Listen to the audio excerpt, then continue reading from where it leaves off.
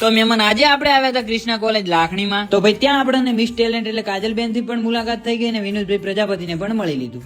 પછી ભાઈ કરી નાખે વિનોદભાઈ સાહેબ થી રામ રામ. અને આ બાજુ મારા ભગવાન સમાન ગણાતા ગુરુઓને પણ મળી લીધું. જેમ કે ભાઈ અમે પણ 3 કોલેજો બદલાઈ એટલે છેલ્લે કૃષ્ણા એજ્યુકેશન કેમ્પસ લાખણી ની અંદર આયા એટલે આપણું ગ્રેજ્યુએશન પૂરું થયું. એટલે ભાઈ આપણે તો આ કૃષ્ણા કોલેજ નો જેટલો આભાર માનીએ ને એટલો ઓછો પડે હો ભાઈ. જેમ કે તમે બનાસકાંઠાની કોઈ પણ કોલેજ બદલાઈ નાખો પણ ભાઈ આ કેમ્પસ જેવી જન્નત તમને ક્યાંય નહીં મળે. તો આ બાજુ ભાઈ ક્લાસરૂમ માં એન્ટ્રી કરી એટલે ચાલતું હતું મારા પ્રકાશભાઈ સાહેબ નું હિસ્ટ્રી નું લેક્ચર. તો ભાઈ સાહેબે કરી નાખી થોડા ઘણી પ્રશ્નોત્તરી ને બાજુમાં આયા એટલે ચાલતું હતું ઇંગ્લિશ નું લેક્ચર. ભાઈ કહેવાય ને કે ભણ્યા તો ઘણું બધું પણ આ બાજુ બેન્ચ ઉપર બેસીને ભણવાની કઈ મજા જ અલગ હતી હો. અને ભણવાની સાથે સાથે તમને તમારું જીવન જીવવાની સાચી રીત પણ આવડી જશે કેમ કે આપણો એક્સપિરિયન્સ બોલે છે.